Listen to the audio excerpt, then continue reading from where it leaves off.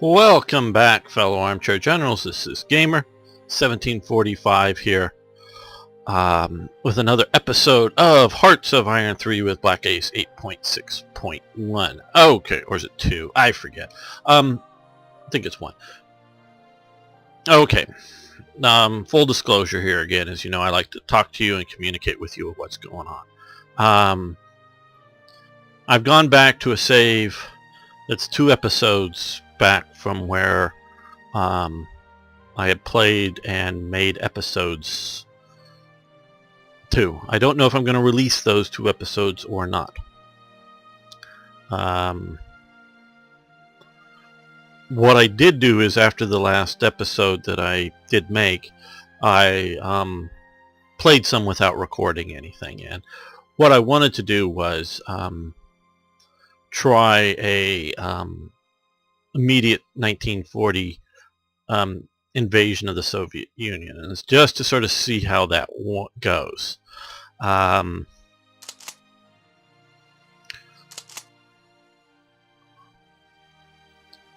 never completed the Soviet invasion. That wasn't the object of the exercise, but it was to try to just to sort of get a feeling for it and learn a few things, and I did learn a few things. I don't know how well it's going to go if I do it again with what I know now, lessons learned, as it were. A couple of things I did do before that, and this is one of the things that I guess strongest dislike about Black Ice, and you can call it cheating if you want, and it may not be what you do want to do, but okay. And then somebody was asking me, probably more than a week ago now,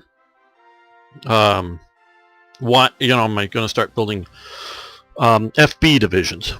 I mean, it was so, the lingo was so contracted, I had to think about it for a few seconds at least to figure out what he meant by that as fortress busting divisions and how to max it out. And I pointed him towards Oh My God's playthrough. He is the best min-maxer, and who is now, him and one other guy are the main 2 people, I believe, updating Black Ice for Hearts of Iron 3. And I really like Oh My God. He's a great guy. He did a nice video series. I count him as an online friend. But he is one of these min-maxers, how to win the game using the game's rules. And I know I'm taking a long time getting here, but Black Ice tries to make up for the deficiencies of Hearts of Iron 3, and I like that. I really do. But one thing I don't like, because the biggest thing, of course, is the bad AI. Now, we can't see just how big these are, but we can see here fortress levels. So AI is really bad. What we're going to do is give special bonuses, or particularly fortifications, to the AI to help compensate for crappy AI, because the AI won't figure out to develop a reserve to hold down important defensive positions. So they give all these fortresses here that are already here. Now, there was, to the best of my knowledge, and someone can point to something if they want to prove me wrong, I know I have a few Russian viewers, there was no great area fortifications around Moscow anywhere like this at this time in April 1940. They were building some significant fortifications around the Moscow area after the invasion started. Okay, they had built some other fortifications, I believe, in forward areas that they had taken, and some other defensive lines around, definitely. But and some of these, and I've seen some film of these huge tank ditches, you know, that are, I don't know, 30, 40 feet deep, 30, 40 feet wide. Just, you know, no way you're getting a tank across it. You're going to have to build a bridge to get across it.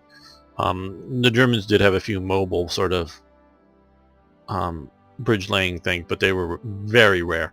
It was more of the Hobart's funnies and some of the other stuff that the English were doing for mechanized bridging, but even a lot of those things wouldn't work. There was, you know, and of course the Americans with the Bailey Bridge, you're going to have to do that, or you're going to have to come up to these big tank ditch and sort of fill it in or whatever to make crossing places, and you can do so, and quite easy to do so. It just takes time, and if you're under fire, machine gun, artillery, tank fire, whatever, it's going to be incredibly difficult to do. So that there was a fortification effort going on. I really don't know, and I don't know if there's any good solid historical evidence just how big and how secure the fortifications were. So this is a real thing. But so that they're doing this stuff, and they also I went and looked at the values again just to see. Regular fortification values are 9, and I'm not exactly sure what that means. But Black Ice's fortification values are 23. Okay, so it's more than 2 times. Forts are more than 2 times. Now there's these 2 types of forts. I was one of the people that pushed for the pillbox, partially from, and Panzeru's a great guy and takes really good and takes suggestions. Was when I was invading, I think it was the Faroe Islands, I was coming in here and wanting to secure it and going, it's going to take, I don't know, 6 months to build even level 1 fortifications, and what?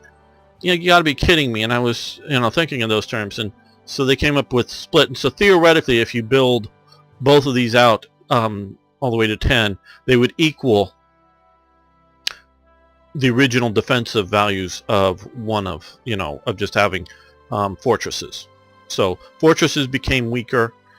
Pillboxes were fast build, but very weak in comparison to fortresses. And, you know, yeah, we have a regular entrenchment, but, you know, just pouring some concrete and letting it set up a bit, you know, you don't even need to steel reinforce much of it, and just sort of, you know, minimal pillboxes doesn't take 6 months. It takes, I don't know how long this takes to build, but 30 days, 60 days, whatever. You know, it takes some time. It's more than just your entrenchment level. So kudos for doing that kind of stuff. So what I did is I moved it down, I think it to a value of 13, if I remember correctly. I reduced the fortification effectiveness. Now it's still, I didn't play with any of the levels here. It's just how much does each one of these levels affect combat. So in a relative, and it's good for everybody. It's, you know, it affects French forts as well as German forts. So it's either side. And even playing that way with my reduced values, France never once tried to attack my west wall. With and I moved some of this garrison out, so it was where it's going to sort of be. They never even once attacked it.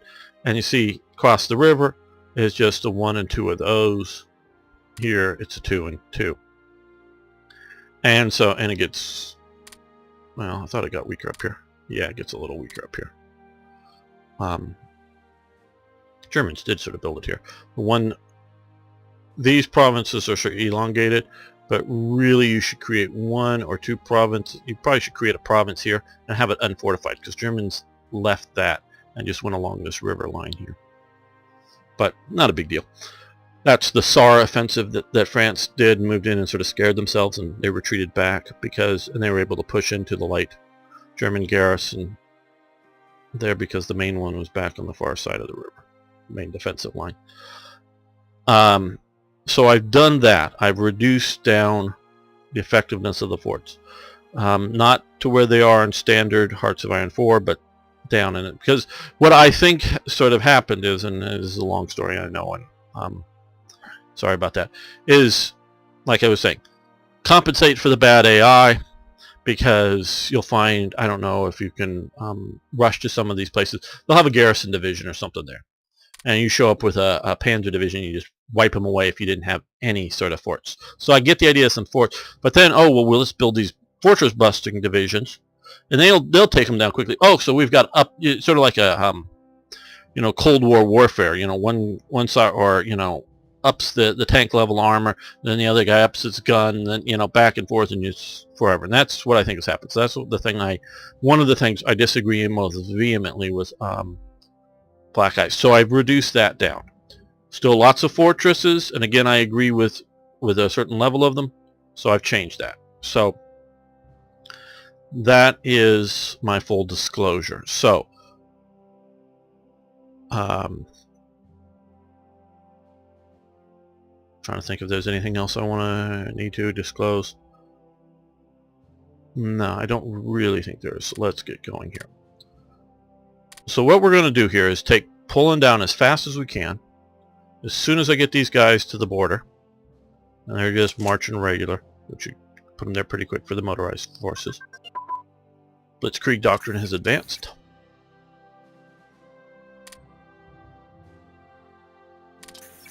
And we're going to go up to rolling artillery barrages. That looks like as soon as we get to war, we're going to hopefully start on some of these. But I'm mobilizing my forces, and I'm currently moving my excess forces, these guys, away from the west wall based on my previous experience. I moved them sort of later last time. I just sort of quickly played through. We give them money. How are we doing for money? We're doing very good for money. Okay, we'll accept that from the Netherlands.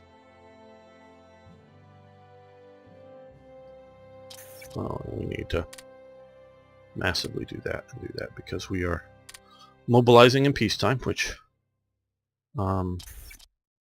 is sort of expensive, but we're going to be going to war very shortly. Days here. Okay, armored fighting vehicle track suspension. Okay, we max out. Oh, good. We've got all these here.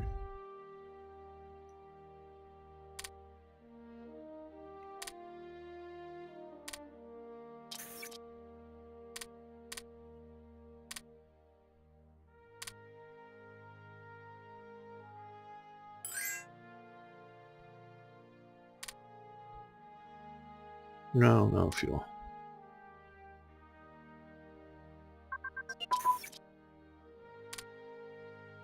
Secretary of Public Information. And presumably also mass events just hit.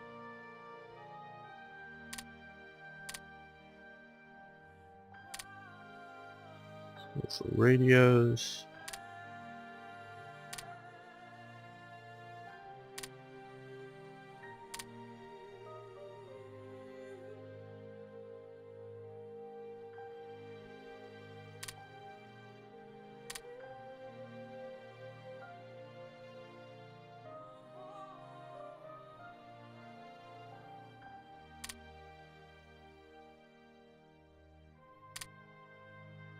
Some of the biggest reasons I want to... mass events and large warship radar. Okay. Are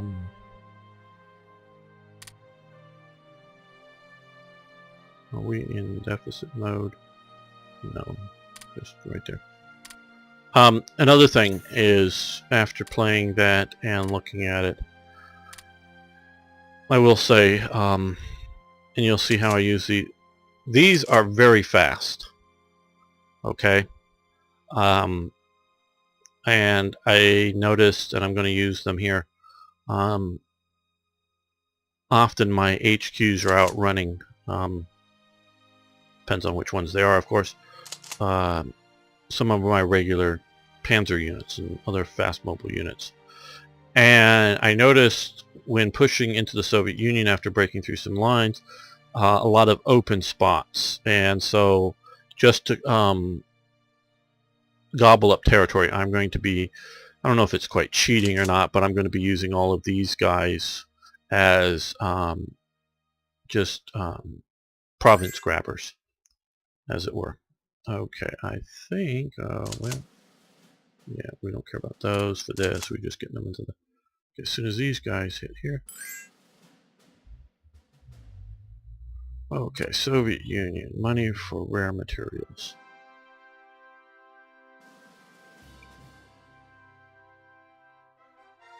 We're going to decline that. Decline because we're going to go to war. I'm mentioning that. Okay, where we're importing, we're going to stop. Which that means I should have taken that Soviet rare materials. Cancel. I just want to. This is something I've often forgot to do before this start. I realize, oh shoot, I need to stop all of these. You can keep the exports, generate the money.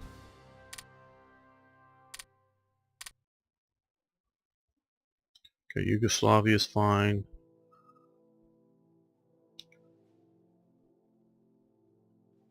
Japan. Okay, we're going to cancel the Japan one. Now for, well, let's see.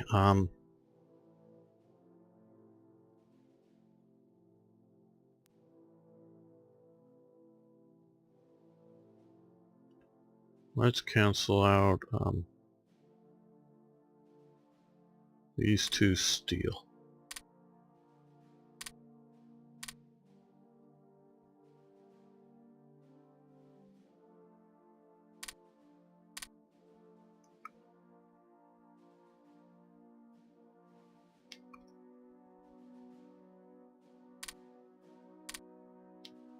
But what we are going to do is go to the US and try to do a big buy of rare materials.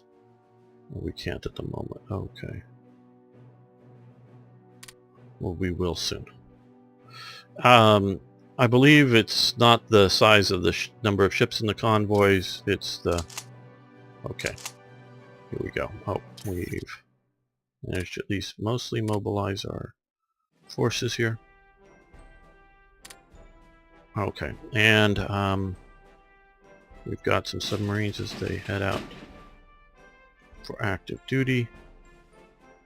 Let's also... Here? Here. There we go. Let's put these guys out. Here, convoy rating, passive. What I want them to do is once they lose enough organization, of course you can get them into a battle and they just get slaughtered. You can't run away. But if they can run away and take some damage, lose enough organization, whatever, I want them to head back into port. That's what I've... Did I say passive? Make sure of that. There. For these out here, I want them to go passive. So, well, let's just do a save just before starting the war. Just in case I mess something up. Excuse me.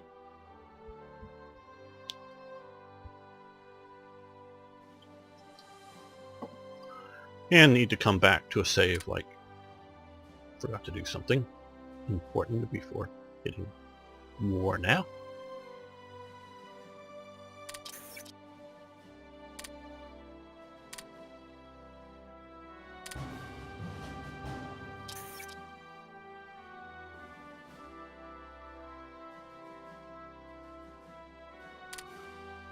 Okay, are we at war yet?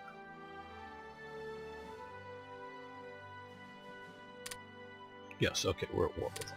Good, that's what we wanted to do. Now,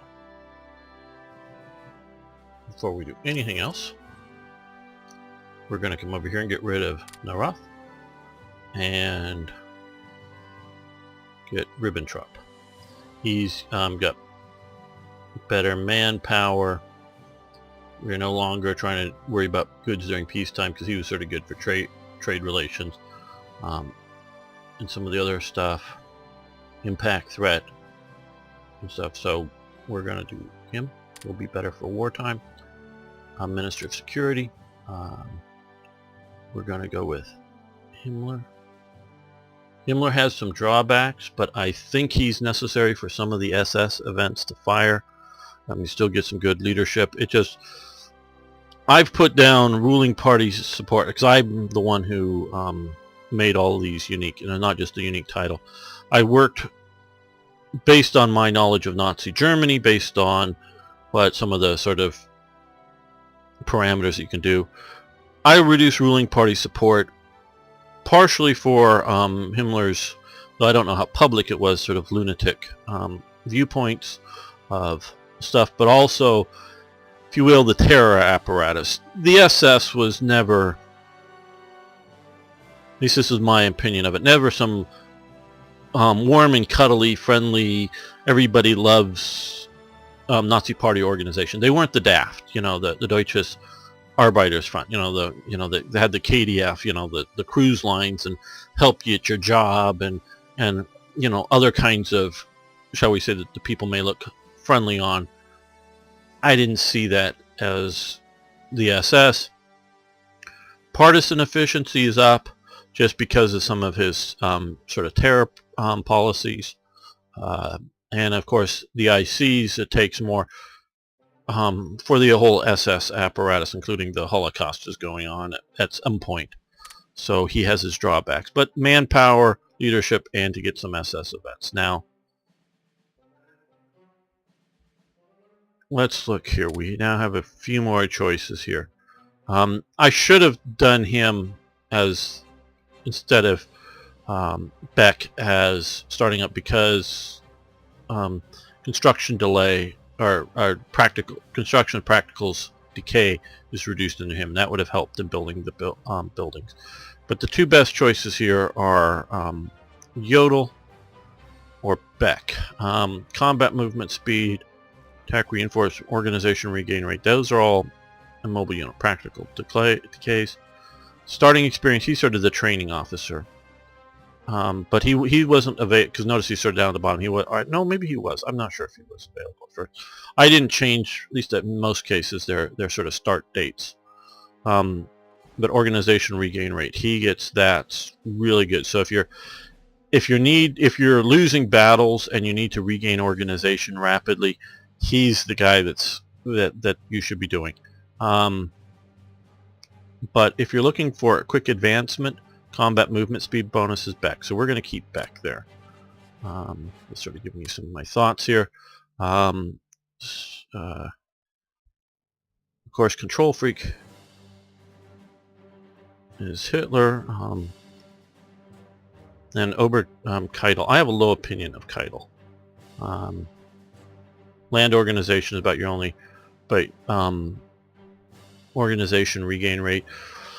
Partially, that's a lot of it from Keitel's giving into Hitler's meddling. So this is sort of Hitler's complete meddling. Organization regain rate is really bad. But it is sort of an army first land organization. So we're going to keep Brauhitsch as our army guy. Reader is the Gross Admiral, naval organization, and practicals decay. We don't yet have the ability to get in donuts charge. Goering is the best Air Force guy here. All he has are positive things. There are some other good guys here. Udet, we can put him in charge, but because he represents a lot of things here, including continuing Hermann Goering works, and the 4-year plan is why you have the resources. So we're going to stick with that. This is a little bit tougher. Money, I see efficiency down. Yeah, now that we're really in the war, we want better production. I don't care much about the leadership or the research. I do care, but not as much. That hurts the leadership. Partially, the reason I have this hurt the leadership is Canaris in a lot of ways internally was working against the Nazis, so this sort of shows the divide within the Nazi hierarchy. So that's why I have the leadership hurt there instead of a gain, but you have a bunch of others. So we're going to go with that. Take the good and the bad. And right now, Tote is your best bet, and that's also sort of a black ice thing. Oh, and what we want to do is service by requirement. Now that we're in a war, and we want to go to war economy again now that we're at war, and we want to go to heavy industry again now that we're at war. So that should really pump up things. Now we want to do some home front measures. As you can see, a lot of good stuff, a little bit of bad. Getting a little bit of dissent there. I don't need the Blitzkrieg just yet, so we're not going to take it yet. We're going to go with medium fleet and leave some for fishing.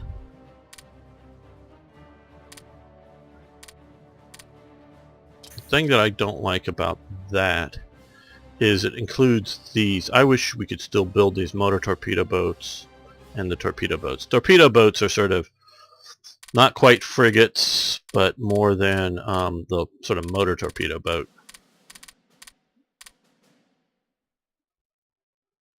So these guys take a long time to build here, and they readjust to have some cost. These guys will pop up for free very fast. I like this. I like these as sort of events so that you can convert some of your current production over to that.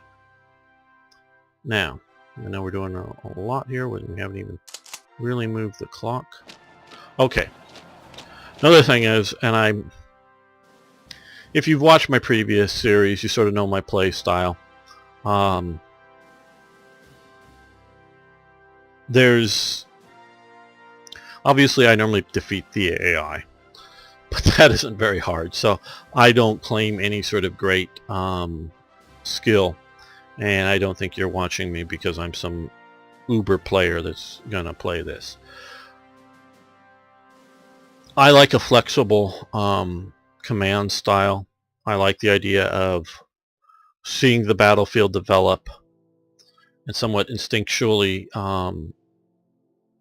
reacting to it and flowing through it. The biggest problem, and Black Ice exaggerates this, though they of course give methods to getting around it, is the time between attacks. When you can go 100+ hours between attacks, is to me, oh my god, that's just, 4 days. But what's an attack? Is an attack the whole great Normandy landing? Well then, yeah, you need more than 4 days planning. Is an attack to a shift from, if you're in this province here, to a shift from doing the offensive here to oh, that isn't working out, so stop that, to shifting here. That doesn't take 4 days. Now again, there are texts that as time goes on that reduces that. But so I like the flowing, but what I was trying, and we're going to continue the experiment here, is trying to do a bit more like this, in which we sort of plan ahead. Now, of course, we can stop an offensive.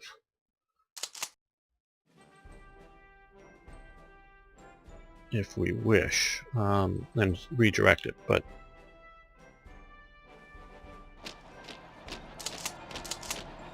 we're going to send these. Okay, I gotta get used to this.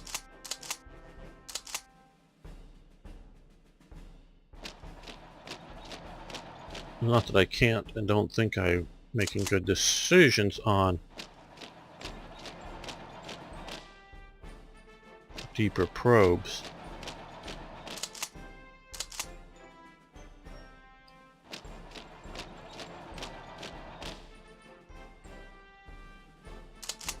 fact, I think I'm making very good decisions, but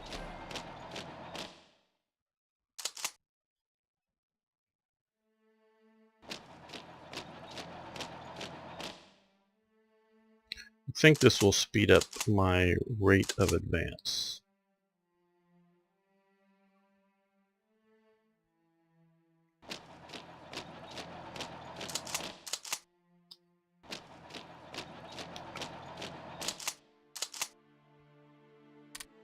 Yeah, that's force, so we'll hit them with the light infantry. Okay, and keep pushing into there.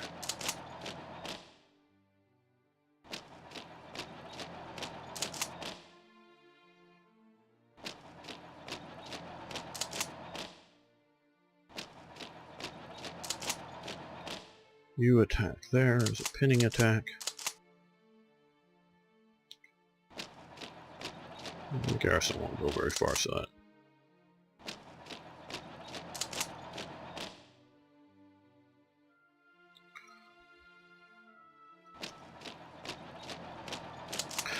This division, the pull-outside division, I know I talked about it in the version that I'm not sure if I'm going to show, really should have a regular infantry brigade as well as the police regiment. It was made up of, at this time, policemen, but policemen that had military training through a earlier draft program or whatever that they had been part of. Standard military training. They had standard military equipment, though I would say stuff scrounged up, if you will. Older machine guns, older equipment, because it was sort of Himmler sort of scraping up this division, but it should have a lot more men, and it should be more of a combat-oriented force. But yeah, certainly partisan suppression can and should be part of that.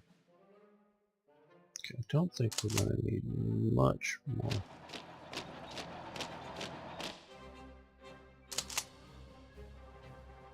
We're not going to move very fast.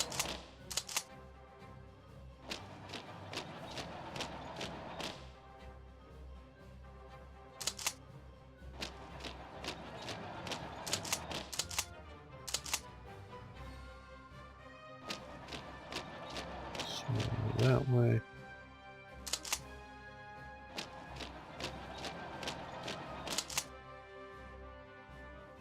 I know we're still moving some of these Panzer units up to the front.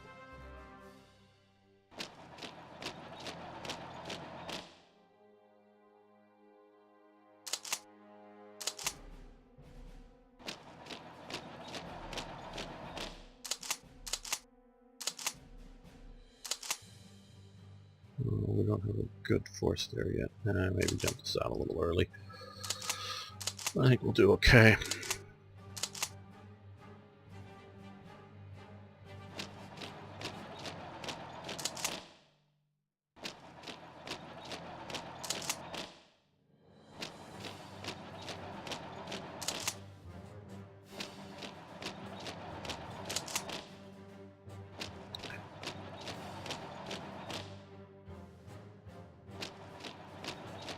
Just in case Lotz is occupied, I can send some forces around to bypass it instead of fighting. I mean, we are sending some forces in to fight it, but we have a good... I'll leave it unattached. Can't move just yet.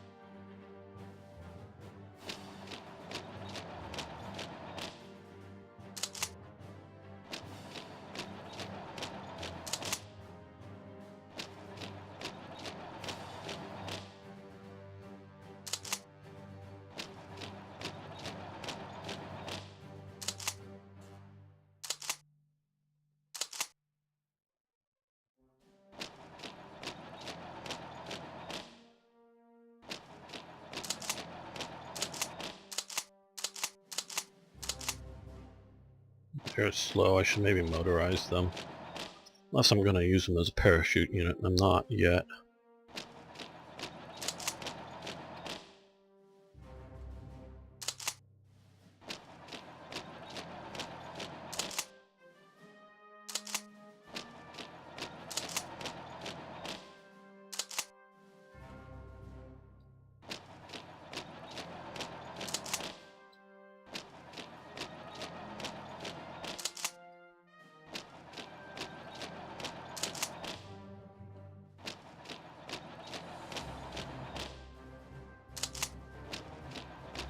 See how fast these guys race. Do that semi-motorized, it should be pretty quick. Well, we should send a few around this way, shouldn't we? So let's change the orders on some of these.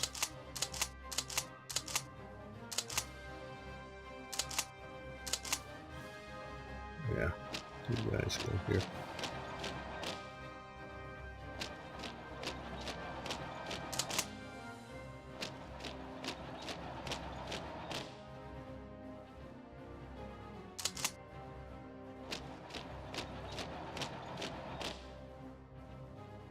Now let's change this.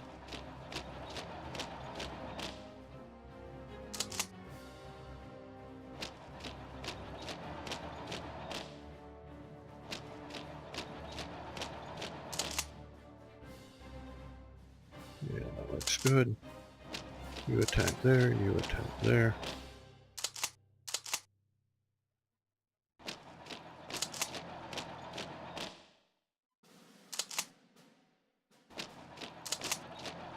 Across the river, so remember to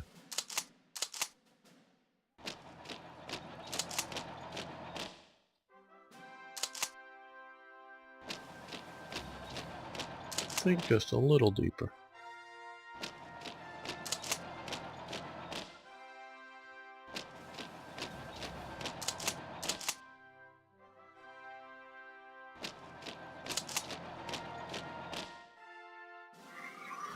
There we go.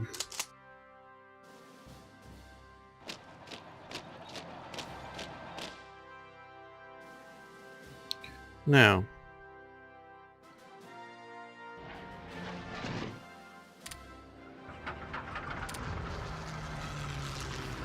waited for us to be at war with France, so that better do some air coverage, and we want to do these just at night. He's going to be a night fighter for us. I don't know if the AI is smart enough to just bomb at night.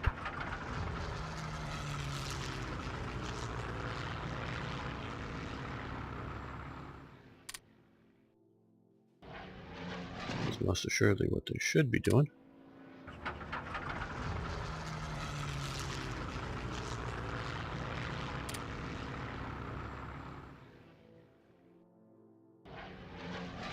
And he'll also be our night fighter.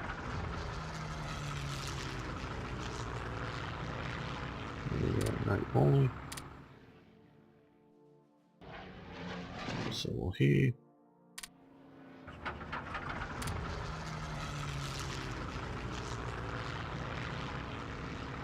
Part of the reason to do this just at night is, of course, and I do believe some of the techs make it easier for the, and I don't know that we have any yet, but for the twin engine fighters to only, or to, to operate, you have better night fighting capabilities. Part of the reason, but part of the reason is if you're sending them up in the daylight, they might not do so well against some of the other enemy fighters. It depends on, obviously, their techs and certain capabilities like that. We're going to send you up as fighters as well, just to sort of cover this, cover this zone as much as we can.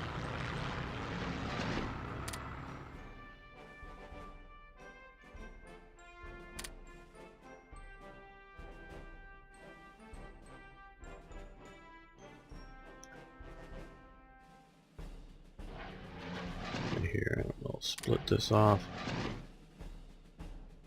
So we're going to split off the fighters because these are decent. Oh, we got Richthofen. Oh. Okay, we'll leave him in charge.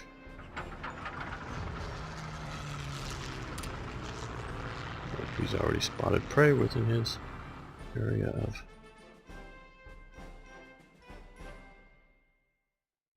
operation.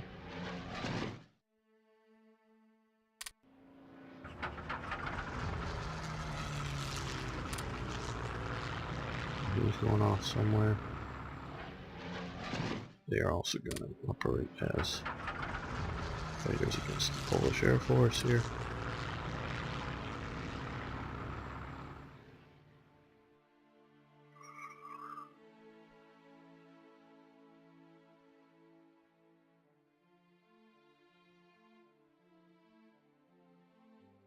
Well, these guys, what we're going to do here is ground attack. Open up the area to our area of operations. We're going to go passive because what I don't want, quite honestly, I don't want to pay attention to them unless I specifically need them. Normally the way I had operated, and that now the default stance is aggressive unless you change this, and then it'll sort of default to passive until you change it to something else. Was my use of on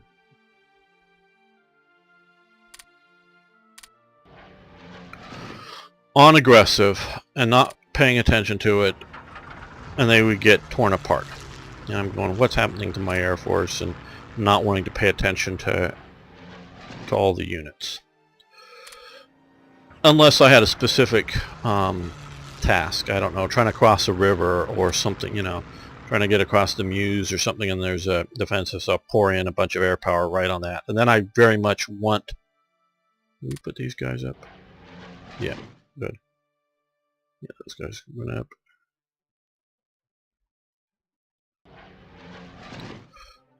Very much want to micromanage the air. I wish I could do that a little better in Hearts of Iron 4.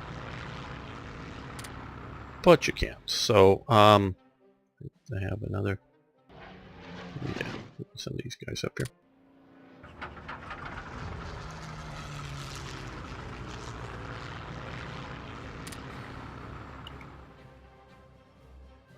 So, then I want to micromanage it. Otherwise I don't. So, but going on to passive, once they get reduced down to a certain level of organization or strength, they will stop operating, reorganize themselves,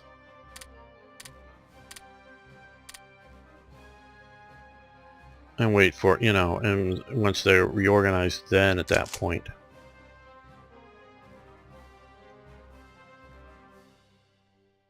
start operating again. And that's fine by me. I like that.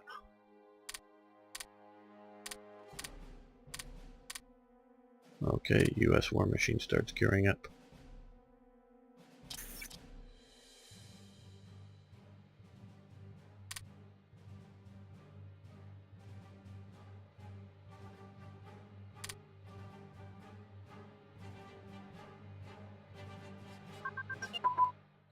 The Austrian, we've lost the effects of this, okay.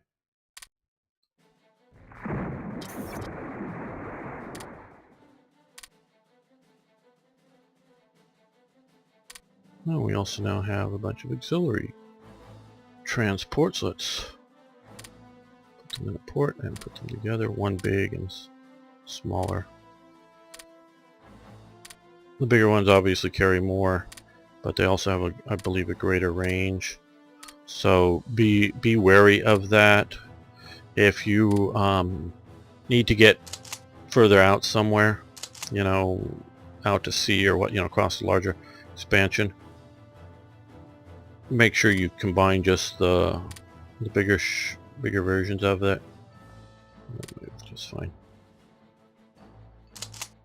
And that way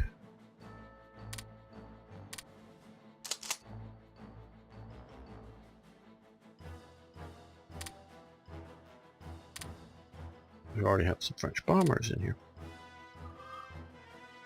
That way you'll be able to reach your destination. Yeah, we're going to put him with the Kriegsmarine. We don't yet have any But we have a carrier early. Got those guys if I want to send them out as commerce raiders. Just last night on YouTube, no, 2 nights ago I think, yes it was, I watched Sink the Bismarck again. But we've got a carrier. Don't have any plane jet for it, but we got a carrier. So we can either combine these guys up and turn them into a fleet, which would be really good idea if you're going to escort, say, a landing up in, Narvik or somewhere, or just across here. But if you're going to use them, keep them separate if you want to send them out as commerce rating. Okay, what?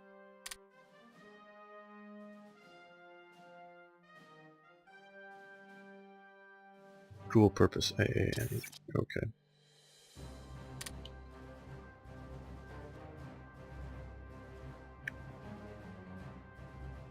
Now that we're at war, we want to do this, but what we're also going to do is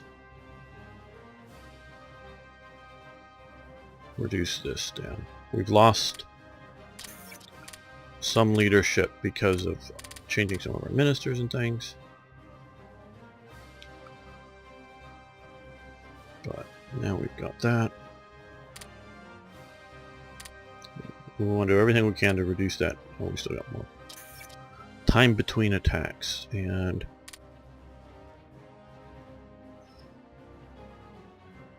those will all help.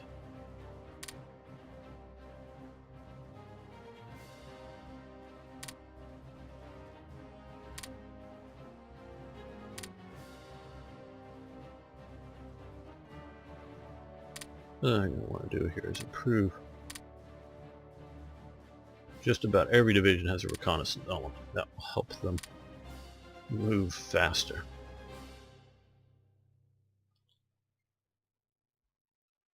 Because I've planned out most of the attacks here, we can move it a little faster than my normal. I don't know if we're going to keep it up here.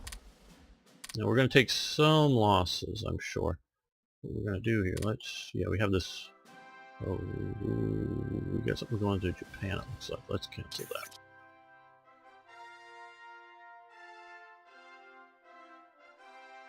Oh, okay, we'll cancel that. Anything else? No, that's... We're keeping some of the American convoys open. The reason I'm doing partly the reason I'm doing that is we're going to go to war with the Soviet Union. No fuel, no crossing. Now, so we're going to lose our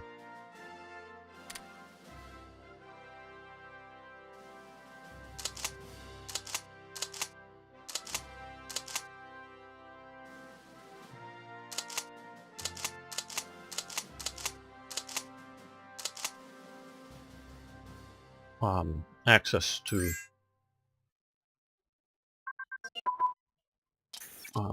trading with the Soviets. Okay, medium warship radar. And that's grayed out. Okay. These as we got.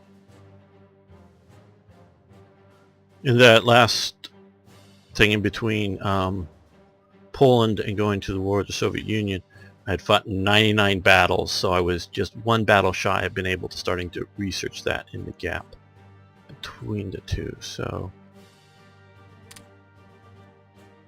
well, there's a lot of important things to research. No, because you can see here, he's just rushing out with that.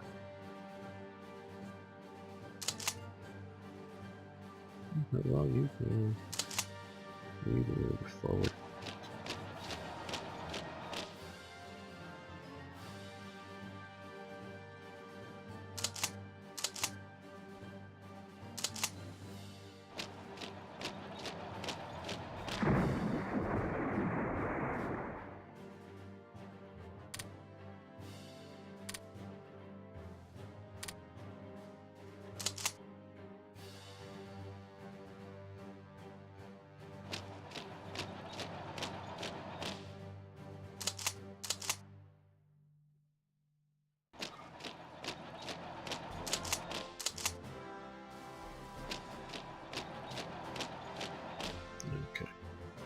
sort of, well, not enough forces. Maybe we should just start some pinning attacks here.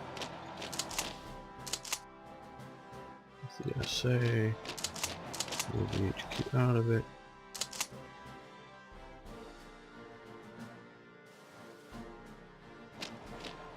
You push into there. You're just attacking across the river just to sort of pin them down.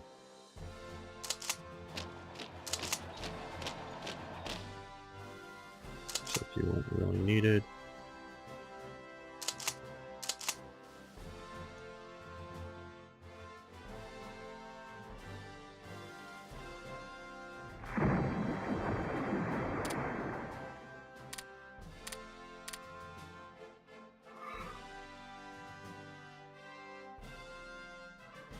Okay, as you can see with these garrison type units, including some with some armor there, I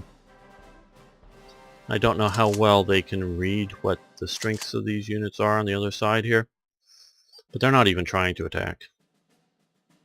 So you don't need any of your frontline type units to guard the front line. And part of that is due to the nature of this overstrong forts, in my opinion. Not entirely, but partly. Okay, flexible artillery. That's something that's very good.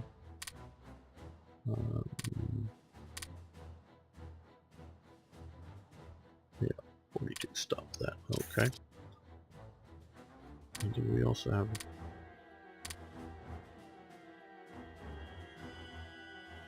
I guess that was just it. They can do.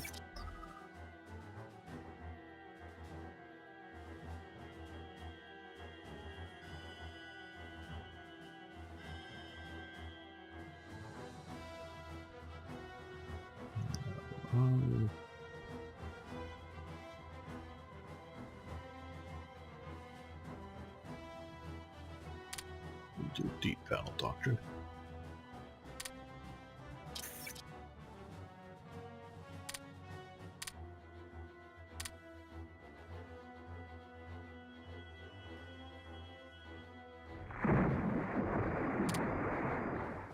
Wish I could move these all over to there.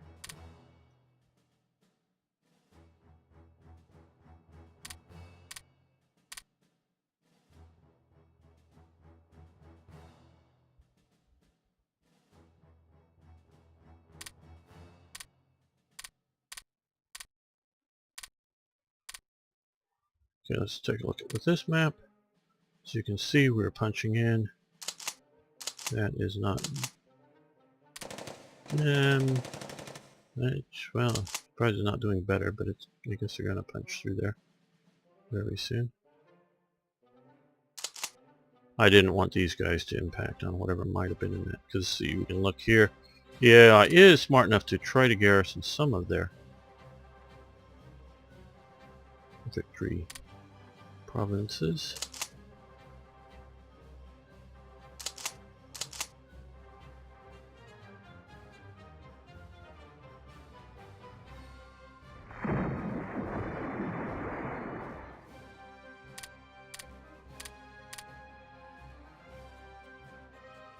So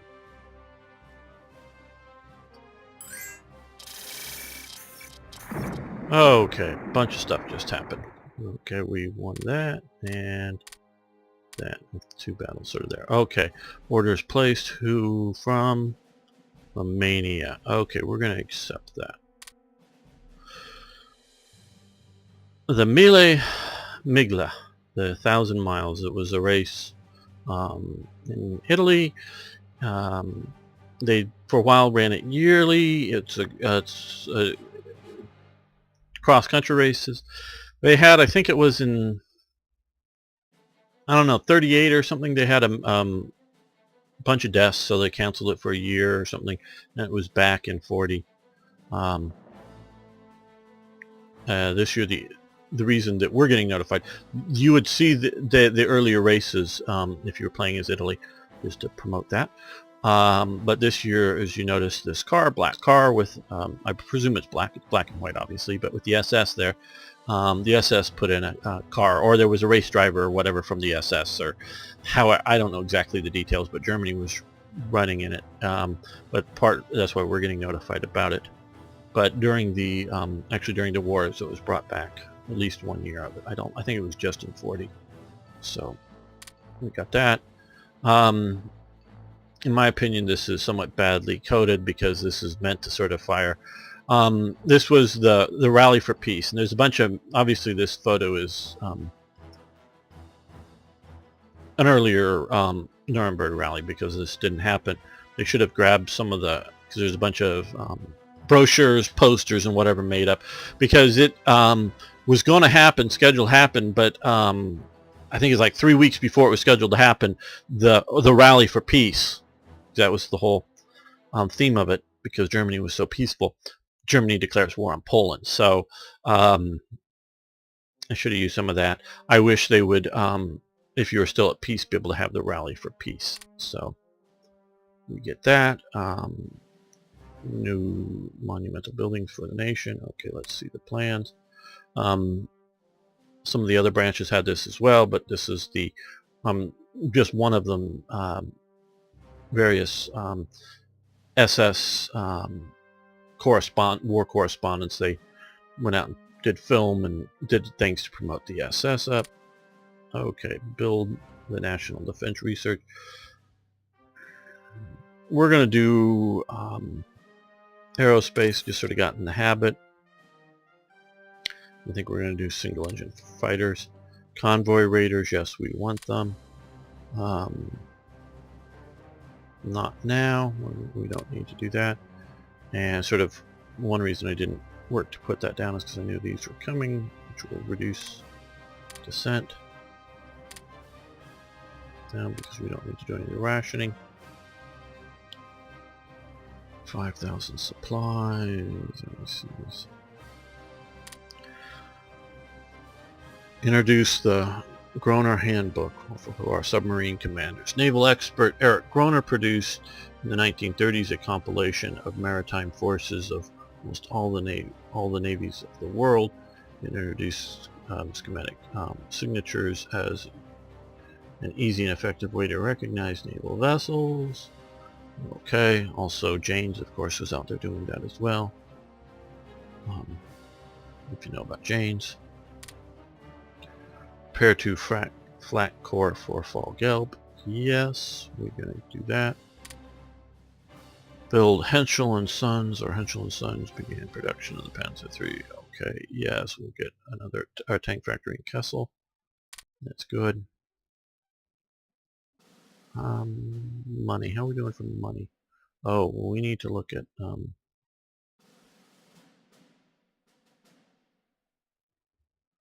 we don't want to spend money right now, so we're gonna we're gonna do no for this. Not that that's a bad solution, spending the money, but just right now I don't want to go down, because we did see the plans, so hopefully soon we'll have some plans for. Okay, this is another one of those reserve divisions from the Third Reich events that I didn't have the additional localization, and we want to make sure we're on the right one. The third section of Brandenburger Commandos, which we're going to come up here. Okay, let's send you guys down this way. These flak brigades, very useful.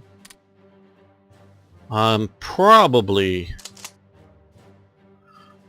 they got heavy AA. Probably their best use is to those heavy AA units, to stick them in with other divisions. We'll see what we do with them or not.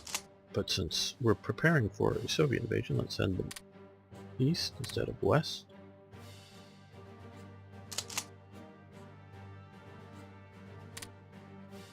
And let's send them trains, because these trains have some defensive help. They were mostly created for immersion, I believe. But they also help on partisan reduction. So for occupation troops.